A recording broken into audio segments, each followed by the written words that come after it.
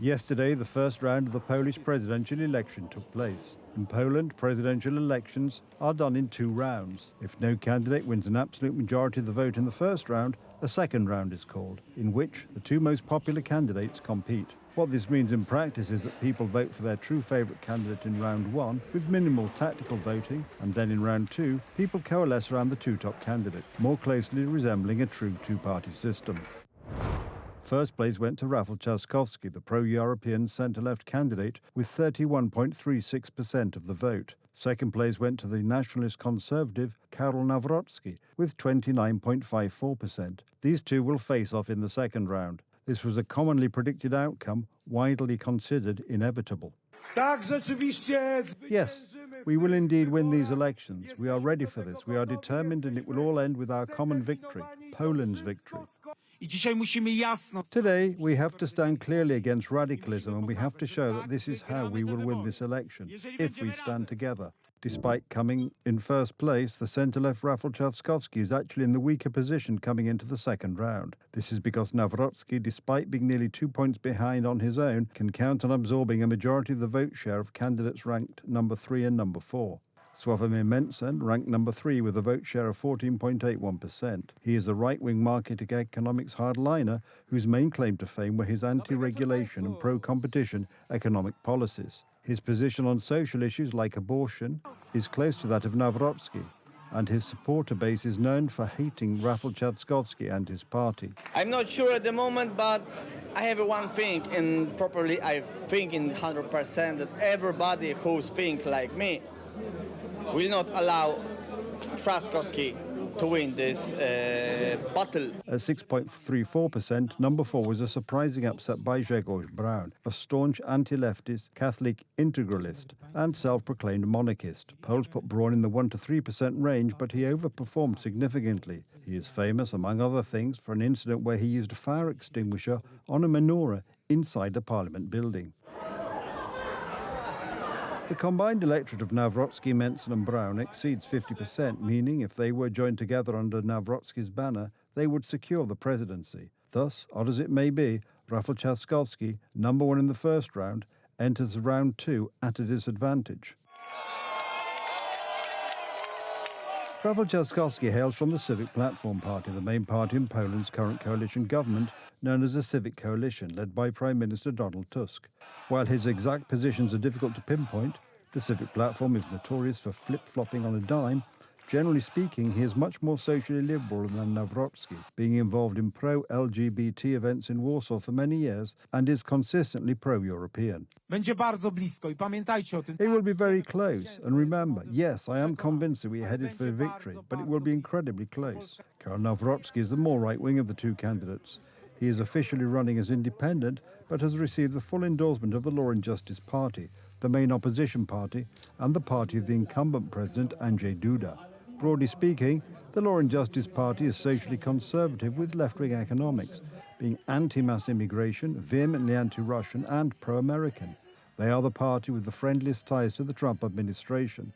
Nawrocki shares the party's main social positions, but is not embedded in any party structures, meaning while he is aligned ideologically, he is easier to distance from the party's controversies as well, potentially harder to control. That is the gamble Law and Justice took. As the old saying goes, either Poland will be great or it will perish. We want an ambitious Poland. In Poland, aside from diplomacy and representing the country on the international stage, the office of the president's most important competence is vetoing bills proposed by the government. Now the government is run by the Civic Coalition, but the presidency is in the hands of Law and Justice, so the Polish state is in a sort of deadlock where the government is severely hampered in introducing reforms in Poland. The stakes are high because if we have our own president, maybe all these bills will pass and be approved. Otherwise, we will see everything being vetoed. Everyone is working against each other.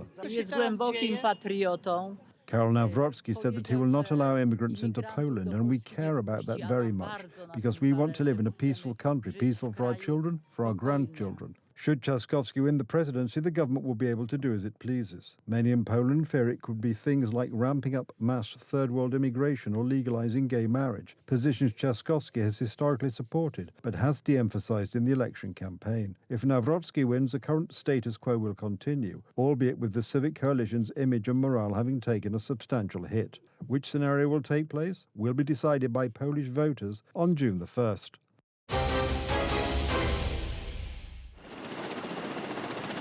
Soldiers and border guards, aircraft, drones, armoured vehicles, a reinforced fence and heightened vigilance. All it took was a change of government to a conservative one for Americans to regain security on the borders and streets of cities and towns. Because it's your number one priority. And you need to have someone in that job that is actually strong enough to do what you promised the American people, who will make the decisions and continue making the decisions even when it gets difficult. Months and months and even years after you take office, we're going to have to follow through on that promise. Kristi Noem, former governor of South Dakota and for nearly 5 months the U.S. Secretary of Homeland Security. She is the one in charge of making sure no illegal immigrant slips onto American soil. Here we are. And she takes her task very seriously. She happens personally to patrol the borders and apprehend illegal immigrants. Kristi Noem has already taken an active part in actions to catch criminals coming from various fields of illegal immigration in the first days after taking office. This is part of an emphasis that the Trump administration is working effectively here, and this is one of its priorities. We didn't have to wait long for these results. The border with Mexico is the tightest in history. In April, nearly 8,500 people tried to cross it. That's the fewest in 25 years. It no longer pays for legal immigrants to set foot on foreign soil. The days of the Democrats who allowed it are over. The presence of a large number of personnel, those boots of soldiers or boots of the Federal Service, is a clear signal that this border is better controlled. On top of that, barriers are being built, a wall which is also supposed to stop illegal migration in uncontrolled areas. A method that is proven, a method that is obviously effective. Today, American borders are secure and tight. Under the Democrats, that was unthinkable. Trump aimed to blame economic struggles and crime in the U.S. on what he characterized as Democratic failures to secure the U.S.-Mexico border. The president talked about actions he's already taken in executive orders, but Trump also called on Congress for their help in passing some of his proposals into law. That's only half of the plan to combat illegal immigration. The other part is carried out by the services on the streets of American cities, catching illegal and dangerous immigrants who have terrorized ordinary Americans for years. It can never be explained, will never, ever be accepted. Eventually, when the illegals are gone, it will save us trillions of dollars. However, if illegal aliens choose to remain in America, they're remaining illegally, and they will face severe consequences. The most dangerous ones have already met their fate.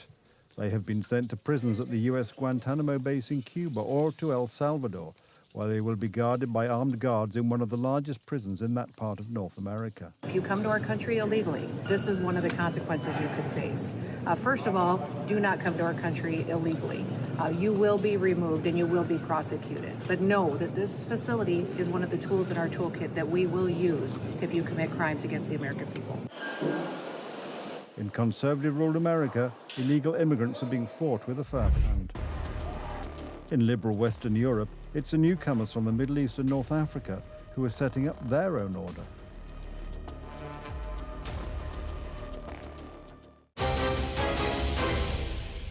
Earlier today, U.S. President Donald Trump held a telephone conversation with Russian dictator Vladimir Putin.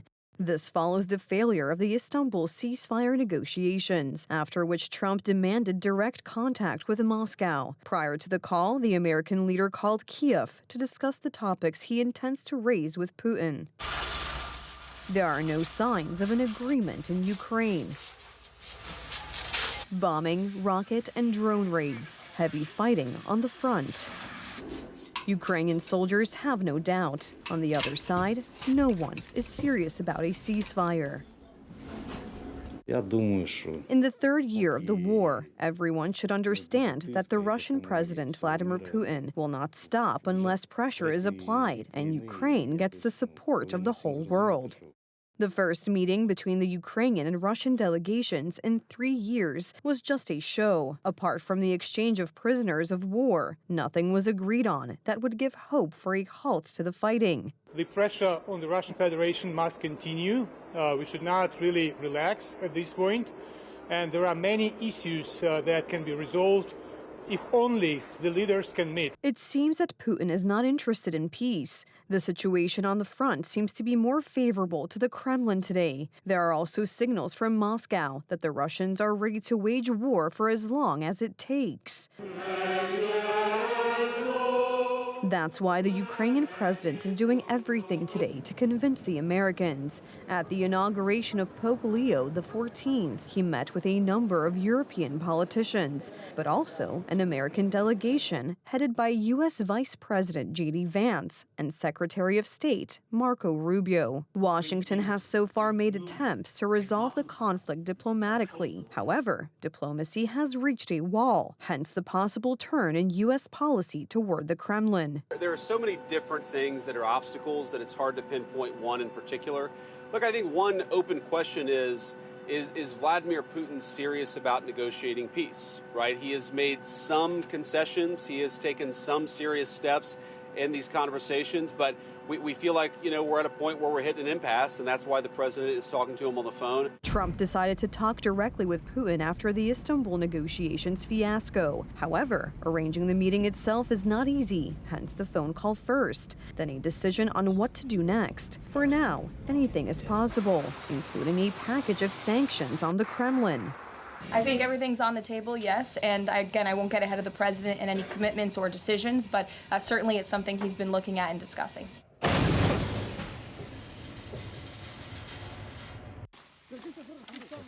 The Kremlin is sending contradictory signals that cannot be read as anything other than information chaos. In recent hours, Ukrainian intelligence warned of a possible Russian ballistic missile attack in what would be a demonstration of force and an attempt to intimidate Ukraine and NATO member states.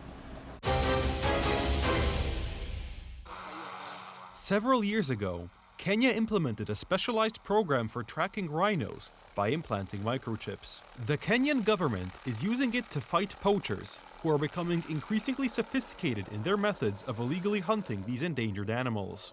Chipping rhinos is quite a challenge. The animals are tracked from a helicopter, then shot with a tranquilizer. After that, a ground team goes into action. We identify animals that are supposed to receive the code based on their years, their age, also sex, and also the species, if it's black or white rhino. And we develop that list carefully to ensure that the candidates we are notching are okay in terms of age. Also, we observe issues like pregnancy. If it's a pregnant female, we give it time. We cannot put it down while it's pregnant. We cannot also put young ones that are below 2 years. Thanks to these measures, the rhino population in central Kenya is steadily increasing. We have more than 300 rhinos, both blacks and whites combined. It's more than 300. And the number is keep going up. It's growing very rapidly because the area is very well secured. The habitat is good.